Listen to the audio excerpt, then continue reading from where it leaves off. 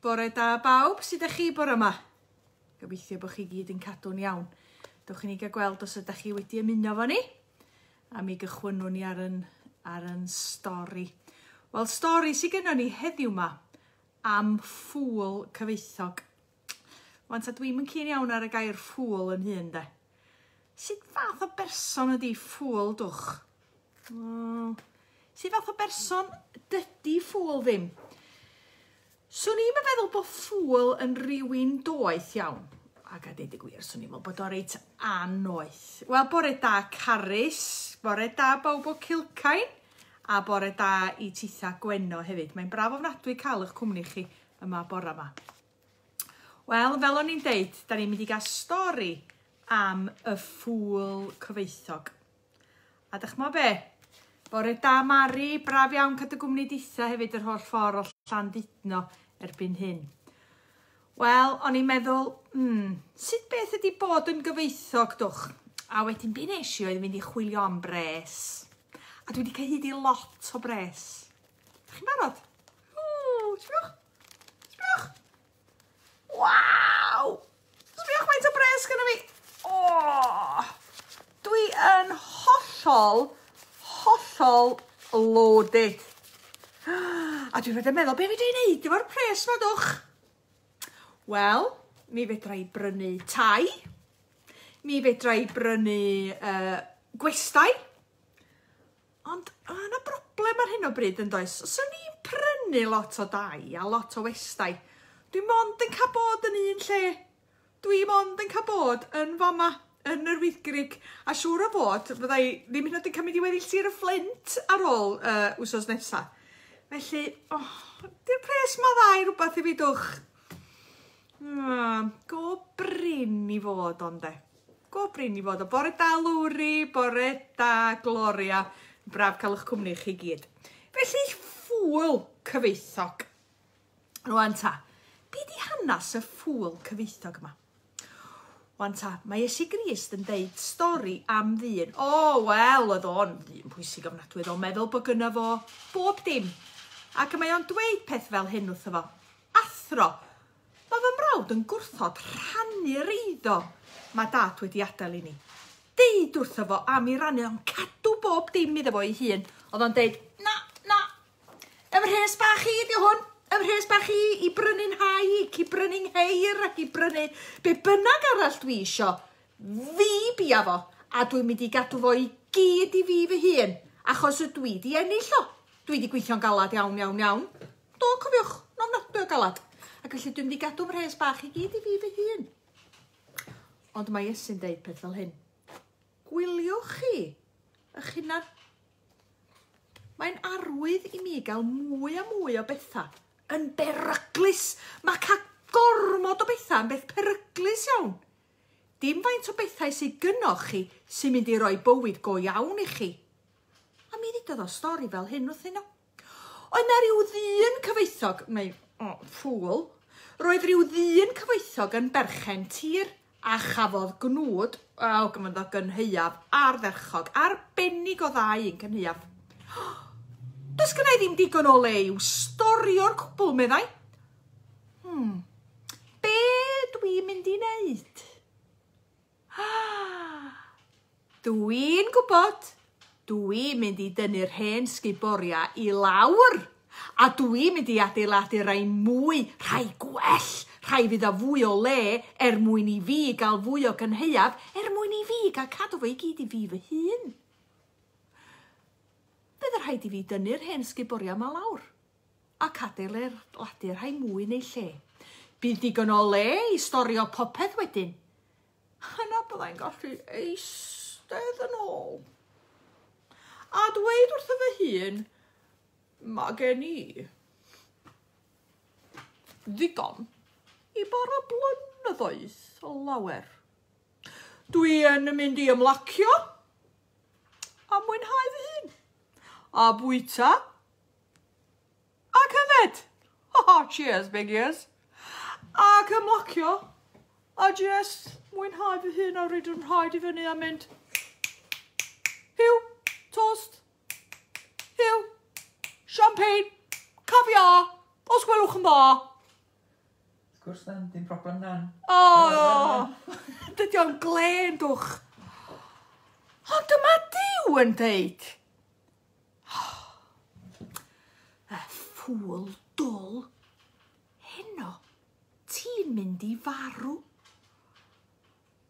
A pwy fydd yno? I gael y cwbl o ti wedi gasglu just i chdi dy hun. Ia, fel na meddai Iesu Grist fydd hi, a'r bobl sy'n casglu cyfoeth iddyn nhw eu hunain, ond sy'n dlawd mewn gwirionedd am ei bod nhw heb ddiw. O, dyna chi stori, dipyn bach yn scary a deud y gwir. Ond dwi'n meddwl bod hi'n stori arbennig hefyd, achos da ni'n gallu. Sgwn i faint o degana sydd gennych chi. Oes gennych chi lot o deganant i chi? Neu oes gennych chi oedolion lot o emwaith hardd? Neu be arall sgynna ni lot ohono fo? Wel, dwi'n gwybod bod amball un ohono ni'n neio gael lot o ddillad. Neu lot o sgidia. Ynde? Ond yma gair yma'n deud ydy, peidiwch â storio, peidiwch â just hel y stwff yma ar gyfer chi'ch hunan. Achos, dydy yma'n mynd i neu chi'n hapus. Ac yn aml iawn, da ni'n gweld yr adnod yn cael ei defnyddio. Yfwch bwytewch a byddwch lawen. O, mae hynny'n bach yn anffodus achos nid fel na mae'r adnod yn gorffan yn Efengyl Luc nac i. Yfwch bwytewch a byddwch lawen. Canis fori, fe fyddwch farw. Mae cael pethau i drio wneud ni'n hunan yn hapus yn gamgymeriad bob amser. Ond ydyn ni i fod yn gyfoethog yn pethau Duw. Rwan ta, mae gennau sialens. Dwi wedi gofyn i chi gael hyd i focs bach. Focs bach, dwi wedi cael hyd un. Dwi wedi cael hyd i focs matches. Ac o'n i'n meddwl fyswn i'n reid lot o ryw fanion bach gwerthfa, ryw bethau bach neis. Dwi'n licio sgyn ti arian i fi ddiw. O'ch chi'n ei gael gweld. O, neb yn cario pres, o di pres da i'n byd. Pawb efo'i gerdyn. Rwan ta, dwi wedi reid rhyw chydig o bethan yn mocs bach i. Da chi eisiau cael ei weld o? Na i just stwffio hwnna i fewn. Neu siŵr bod ni'n cael y gora. Reit, mae mocs bach i yn llawn. Iawn? Mae mocs bach i yn llawn. Da chi'n barod? Be sydd gennau yna fo? O, ma ni. Pwysig iawn. O, ups, yn easy. Bob dim yn mynd i bob man. Mae gennau headphones pan mae'n rhedag neu mynd am dro. A'r dderchog. Handi iawn. Sbiwch del. Mae gennau glip gwallt efo perlau arno. Mae gennau fodrwy hardd gesi ar ym mhenblwydd priodas gan Hyw. Mae gennau glist lysau gesi na'n rhegdolig gan Hyw. Ac mae pob dim yn ffitio fewn i'r bocs bach. Ond y drwg ydy, sydd mae gennym ni dipyn bach, da ni isio mwy a mwy a mwy a faint sydd yn mynd i fod yn ddigon. Rwan ta, bore da Lisa Johnson, a mae Lisa Johnson di cyrraedd jyst mewn pryd i gael fideo bach. Da ni'n mynd i gael y stori unwaith eto wedi'w dangos ar fideo. Ond mae gennym ni dipyn bach o broblem yn tu ni heddiw yma. Mae'n cyfrifiadur ni di penderfynu. Wel, mae wedi pwtu fyny a dweud y gwir, a mae wedi dipyn bach yn ara deg. Felly os weithio, mae o'n gweithio. Ffwr a ni. Dowch i chi gael gweld. Dewch i mi adro stori wrthych chi. Stori am ffarmwr cyfoethog. Cafodd gynhuaf ar ferchog a llwyddo i gasglu cymaint o gnwd. Sbiwch ar y cradu. Mae wedi mynd i'r diwedd am ryw reswm. I nôl i'r dechrau. Trio eto. Y ffermwr cyfoethog. Dewch i mi adro stori wrthych chi. Stori am ffarmwr cyfoethog. Cafodd gynhuaf ar ferchog a llwyddo i gasglu cymaint o gnwd fel nad oedd ganddo le yn yr ysguboriau. Penderfynodd dynnu'r hen ysguboriau lawr ac adeiladu rhai newydd, mwy o faint. Yn yr ysguboriau newydd, mi allai storio'r cnydau i gyd ac yna eistedd yn ôl a mwynhau bywyd. Mi allai fyw yn hapus am weddill ei oes, heb boeni am ddim. Ond, y noson honno, dwedodd di wrtho, heno fydd y noson olaf ar y ddaear. Mae'r amser wedi dod i farw. Dy fod wedi storio llawer o gynydau yn yr ysgriforiau, bydd rhaid i ti adael y cwbl ar ôl. Pa werth oedd yr holl arian i'r ffarmwr ar ôl iddo farw, gyfynodd Iesu ar ôl iddo adrodd y stori? Dim oll. Dyma sy'n digwydd pan mae pobl yn byw bywydau hunanol, gan feddwl am ddim heblaw eu heiddo.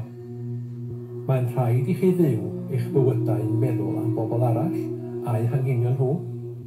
Bydd Duw yn gofalu amdanoch a gallwch gadw trysor yn y nefoedd, lle na all gwyddyn, ei wyta na lleidr i ddwyn.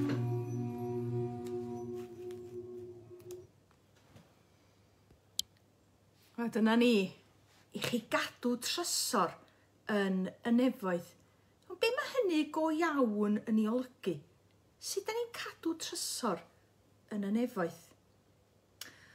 Rwan ta. Be mae'r stori ma'n deitha ni ydy, be sy'n go iawn yn bwysig i ni? Be sy'n go iawn yn cyfrig yno ni? Ac mae hi'n dymor o ddiolchgarwch, a dwi'n diolch yn ofnadwy yn yr ein chi di anfon clip bach o fideo hyfryd iawn yn deud beth chi'n ddiolchgar ohono fo. Ond be mae'r stori ma'n deitha ni wrth drysor yn y nefoedd, ydy yn bod ni yn ymddiried yn yw, bod ni'n gwybod bod Duw yn gwybod beth sy'n orar yn cyfar ni. Bod ni ddim i boeni beth da ni'n mynd i wisgo heddiw ma neu fori neu faint o bres i gynno ni. Nad ydy'r pethau yma go iawn ddim yn bwysig. Achos dim ond pethau sy'n para am amser byr. Mae'r stori ma dipyn bach yn dramatig a dweud y gwir, achos mae o'n deud bod y ffarmwr drian wedi marw'n diwedd. Mae hwnna'n bach yn dramatig, ond deud mae o mewn gwirionedd ydy. Dach chi'n be, amser byr, dydy'r headphones yma mor wych a snasi ag ydyn nhw. Wel, fydden nhw ddau'n byd mewn rhyw flwyddyn ddwy. Fydda unai di colli nhw, sydd fwyaf tebygol, neu mi fydda nhw di ryw gordeddu, mwyn wedi dechrau cordeddu yn barod yn do. Awch chi be, mor hyfryd ydy'r earrings da dwi wedi gael gen hyw. Da i ddeitha chi un peth, dwi wastad yn colli earrings. Mae wastad o landio fyny jyst efo un ohonyn nhw. A deud y gwir, mae yna butterfly o gefn earrings arall ar y par yma fel ma hi. Felly dim ond pethau bach sy'n para dros dro di pethau yma sy'n gynna ni ar y ddaear. Ond mae pethau Duw yn para am byth i ni. A gynna i ni'w cadw am byth hefyd. Felly, dwi am i chi wneud rhywbeth arbennig.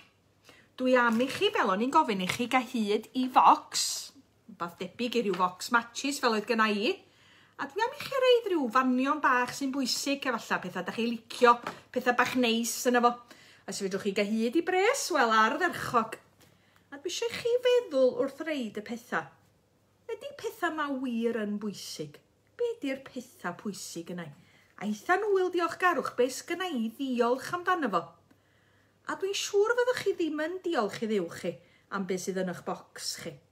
Ond fyddwch chi'n diolch am eich teulu, fyddwch chi'n diolch am eich ffrindiau, ac efallai fyddwch chi'n diolch am yr ysgol Sul, ac fyddwch chi'n diolch bod Duw yn siarad efo ni drwy i air o, drwy feibl o, bod ni'n cael gwybod faint mae o'n caru ni.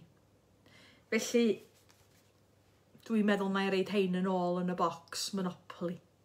Achos, a deud y gwirtha chi, ydi och, os ydw i'n landio ar Meiffe, neu hyd yn oed ar Castell Gynarfon fel mae'n Monopoly ni ddeud, go brin y fod o a deud y gwir. Ond cadwch i chi drysorau yn y nef, pethau sydd nad ydi gwifin, nad ydi hen moth sydd yn neud tyllan eich dillad chi, nad ydi'r pethau na ddim yn cael twtsiad yn nhw, ond yma nhw'n para am byth. Wel, mae'n amser anodd ffrindiau annwyl, dim yn gyfnod hawdd a deud y gwir yna chdi. Ac mae'n bwysicach nag erioed i ni fod yn gwybod go iawn lle mae'n trysor ni. Ac yn bod ni'n cadw y trysor yna yn agos iawn yn ystod yr dyddiau, wythnosa a'r misoedd nesaf yma. Dwch i fi gael gweddio drosta chi a cyflwyno yn hunan ar ddechrau wythnos newydd i'r arglwydd. Dwch i ni ddeu gair o weddi. O Dduw ein Tad, da ni'n diolch i ti am y stori yma. Da ni'n diolch i ti am y stori yma sy'n deitha ni pa mor bwysig yn bod ni'n gallu rhannu efo pobl eraill, a bod ni'n rhannu beth sydd gyda ni. Ond hefyd, efallai fwy na hynny, bod y stori yma'n deud ac yn neud i ni ofyn, be ydy'n trysor go iawn ni? Be ydy'r pethau hynny sy'n bwysig go iawn gyda ni?